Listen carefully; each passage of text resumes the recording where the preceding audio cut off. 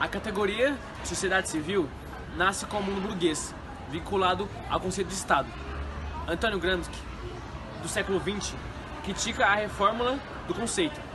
Na atualidade, tanto o conceito como as próprias entidades da sociedade civil são ambos de intensos usos sociais entre uma abordagem coliberal e uma abordagem crítica.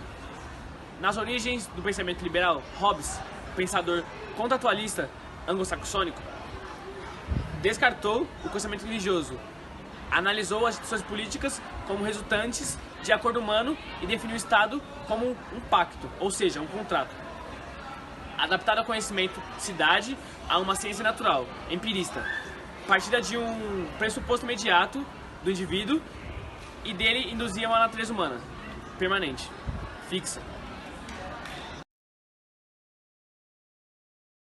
Easter egg. Entrar numa discussão sobre a relação entre as categorias Estado e sociedade civil no pensamento de Karl Marx significa aprender uma profunda inflexão que o filósofo alemão imprimiu na sociedade política desses que são dois complexos sociais fundamentais.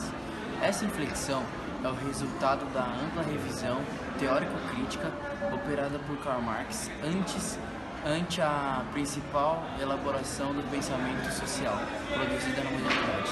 Sendo assim, a discussão levantada por ele sobre a relação entre Estado e sociedade civil está intimamente vinculada à crítica da filosofia do direito de Hegel, obra que consubstanciava o ponto da autoprodução filosófica da Alemanha naquela época.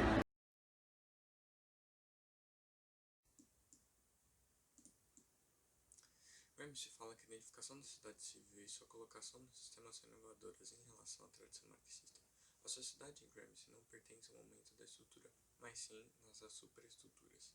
Ele cita que podem ser fixados por enquanto dois planos superestruturais, o que pode ser chamado de política ou de Estado, e eles correspondem à função de hegemonia que o grupo dominante exerce em toda a sociedade, e a do domínio ou de direito ou de comando, que se expressa no Estado ou no governo jurídico. Esta fala dá um exemplo histórico, que é, na Idade Média, a sociedade civil, para Gramsci, a Igreja, entendida como aparelho hegemônico do grupo dirigente que não tinha um aparelho próprio. Em passado e presente, Gramsci fala da sociedade civil, como é entendida por Hegel e no sentido que é frequentemente empregada nessas notas no sentido hegemonia política e cultural de um grupo social sobre toda a sociedade, como conteúdo ético do Estado. Sendo assim, a sociedade civil que Gramsci tem em mente quando se refere a Hegel não é a do momento inicial no qual exploram as contradições que o Estado irá dominar, mas é o do momento final que, através da organização e da regulamentação de diversos interesses, são postas as bases para as passagens do Estado. Capítulo 4. O momento da sociedade civil na dupla relação estrutura-superestrutura. Esses dois termos, a estrutura, basicamente ele se refere à relação entre empregado e patrão também. Já a superestrutura se refere à relação entre os grupos dominantes, eles fazem para se manterem no poder. E no texto ele cita bastante Marx no sentido das relações sociais e como fazer uma sociedade ser mais ativa. Um dos exemplos é o governo parar de focar em feitos econômicos e se importar com uma ética política. E isso não se dá através de ações do governo, e sim algo que naturalmente acontece. Algo importante também que ele cita é um povo não é lembrado apenas pelos seus fatos econômicos, que diz respeito na forma como que as sociedades hoje em dia podem ser lembradas. Algo importante também que ele cita são duas ideias, duas antíteses sobre a formação do Estado. Primeiro, a formação da sociedade.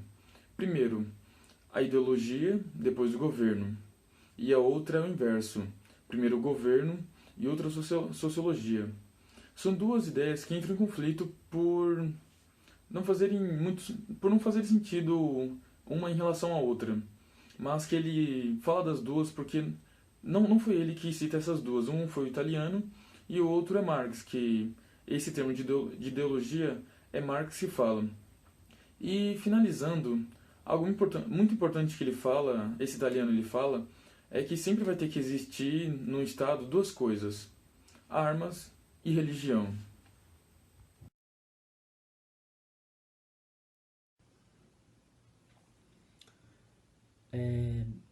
No capítulo 6 do livro O Conceito de Sociedade Civil, de Norberto Bobbio, que é Direção Política e Direção Cultural, Bobbio começa falando que a polêmica contra o economicismo ela se liga ao partido.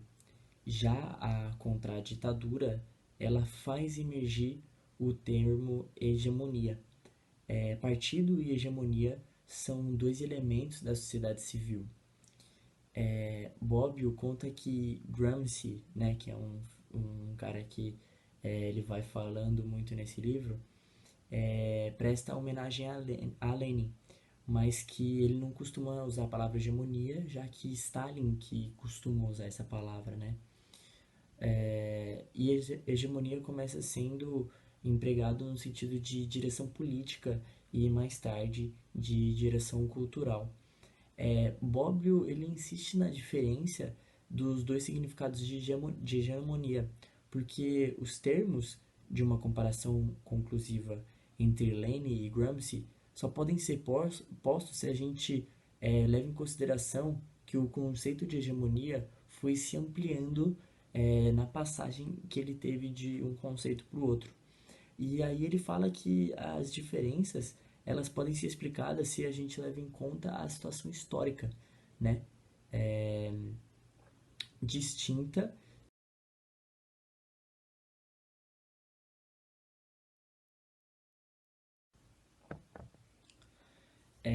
Agora no último capítulo do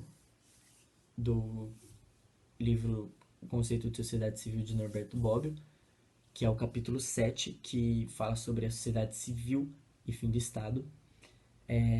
Bobbio começa falando que o último tema gramsciano, que o conceito de sociedade civil desempenha papel primário, é o de fim do Estado.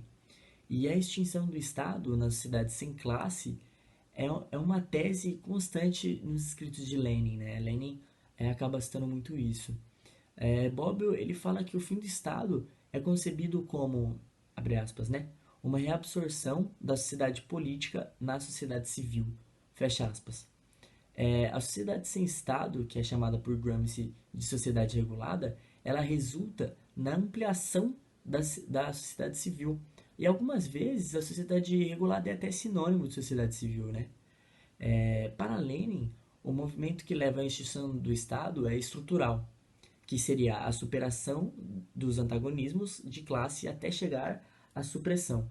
Já para Gramsci, essa extinção é superestrutural, que seria a ampliação da sociedade civil até a universalização dela.